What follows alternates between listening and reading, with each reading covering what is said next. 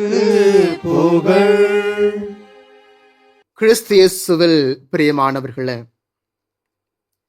தவக்காலத்தை தொடங்கி அதன் கல்வாரி பயணத்தில் பயணித்துக் கொண்டிருக்கிற நாம் ஒவ்வொருவரும் இயேசு கிறிஸ்துவினுடைய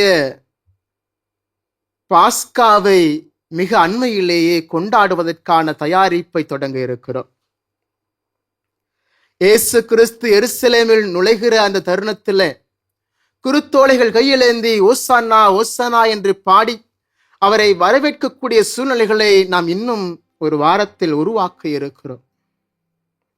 இந்த சூழலில் நம்முடைய தயாரிப்பும் நாம் மேற்கொண்டு வருகிற இந்த ஒருத்தல் முயற்சிகளும் உண்மையிலேயே நம்மை நிறைவை நோக்கி, முழுமையை நோக்கி, இந்த இயேசுவின் பாதையை நோக்கி வழிநடத்தி செல்கிறதா? பவுல் கூறுவது போல, இயேசு தருகிற அந்த பரிசை பெறுவதற்கு நாம் தகுதியுள்ளவர்களாக இருக்கிறோமா? பரிசு பெறுவதற்கு நாம் ஓட்டப்பந்தயத்தில் ஓடியாக வேண்டும். இந்த தவக்காலம் என்னும் ஓட்டப்பந்தயத்தில் ஓடிக்கொண்டிருக்கிற நமக்கு வெற்றி என்பது நம்முடைய செயல்களையும் வாழ்வையும் பொறுத்ததே ஆகும்.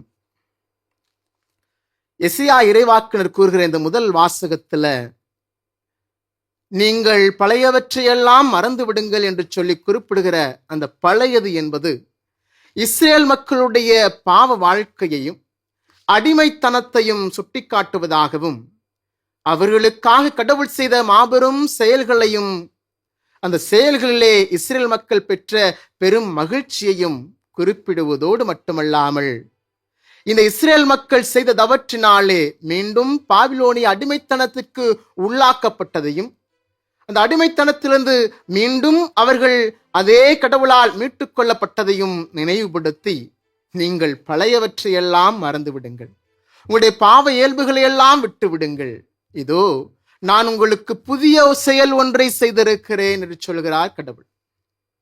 என்ன புதிய செயல்? இந்த புதிய வாழ்வுக்கான நெறி. இதோ கடவுள் அந்த இஸ்ரேல் மக்களை பாலும் தேனும் வழியும் கானான் நாட்டிற்கு அழைத்து செல்கிற அந்த மாபெரும் செயலை இங்கு மீண்டும் நினைவூட்டுகிறார் எசையா இறைவாக்கினர்.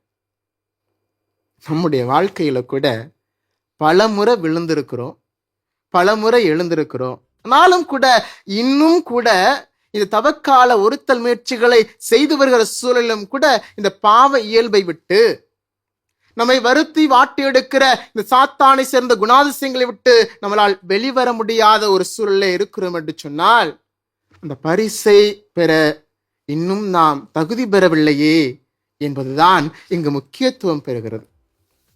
இதைத்தான் இன்று பிலிப்பியருக்கு எழுதப்பட்ட திருமுகத்தில் பவுலடியாரும் சுட்டிக்காட்டுகிறார். இந்த கிறிஸ்துவை ஆதாயமாக்கிக் கொள்ள நான் எல்லாவற்றையும் இழப்பாக கருதுகிறேன், எல்லாவற்றையும் குப்பை என கருதுகிறேன். நம்மளால இன்னைக்கு இந்த இயேசு கிறிஸ்துவை ஆதாயமாக்கிக் கொள்ள, நம்முடைய வாழ்வினுடைய செயல்முறையாக்கிக் கொள்ள, நம்முடைய வாழ்வாகவே உருமாற்றிக்கொள்ள நம்மளால நம்மிடம் இருக்கிற எல்லாவற்றையும் இழப்பாக, குப்பையாக கருத முடியுமா?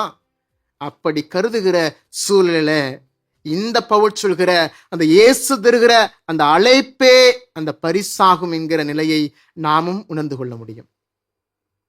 நம்மகிட்ட இருக்கிற பணம், பொருள், நம்மகிட்ட இருக்கிற இந்த வசதி படைத்த தன்மைகள், ஆள்பலம் என்று சொல்லி எல்லாவற்றையும் சேர்த்து வைக்கிற சூழலில எல்லாவற்றையும் இறைவனோடு பெரிது, கடவுளோடு பெரிது, ஏன் இந்த மனிதர்களோடு பெரிது என்று சொல்லி எல்லாவற்றுக்கும் முக்கியத்துவம் கொடுக்கிற அந்த சூழலை எல்லாம் இழந்து விடுகிற தருணம் தான் இயேசுவினுடைய குரலை, கடவுள் தருகிற குரலை கேட்டு அதற்கு செய்மடுத்து நாம் பெறுகிற பரிசை உறுதிப்படுத்திக் கொள்ள முடியும். இதுக்கு எல்லாத்துக்கும் மிக ஒரு அற்புதமான ஒரு சூழலைத்தான் இன்று நற்செய்தியும் நமக்கு படம் பிடித்து காட்டுகிறது. இயேசு மக்கள் மீது கொண்ட அன்பினாலே அவர்களுக்கு கற்பித்துக் கொண்டிருக்கிறார். இந்த சூழலில் மீண்டும் பரிசேயர்களும் மறைநூல் அறிஞர்களும் இயேசுவை சோதிக்க வேண்டும், எப்படியாவது அவருடைய உயிரை பறிக்க வேண்டும் என்பதற்காக ஒரு சூழ்ச்சியை, ஒரு சூழலை எடுத்து வருகிறார்கள். அந்த கையும் மெய்யுமாக விபச்சாரத்தில் பிடிபட்ட பெண்ணை இயேசுவின் முன் நிறுத்தி, மோசேயினுடைய சட்டப்படி, அவர் கொடுத்த திருச்சட்டத்தின்படி இவள் கல்லால் எறிந்து கொல்லப்பட வேண்டும், நீர் என்ன சொல்கிறீர் என்ற கேள்வி இங்கு இயேசுவுக்கு ஒரு சான்றாக, அல்லது அவர்களை மாற்றுவதற்கான, திருத்துவதற்கான, புதிய வழி ஒன்றை உருவாக்குவதற்கான சூழலையை ஏற்படுத்தி கொடுக்கிறது. இயேசு தலையை நிமிர்ந்து பார்த்து அவருடன் சொன்ன சொல் இதுதான்: உங்களுள் பாவம் செய்யாதவர் முதலில் இப்பெண் மேல் கல் எறியட்டும்.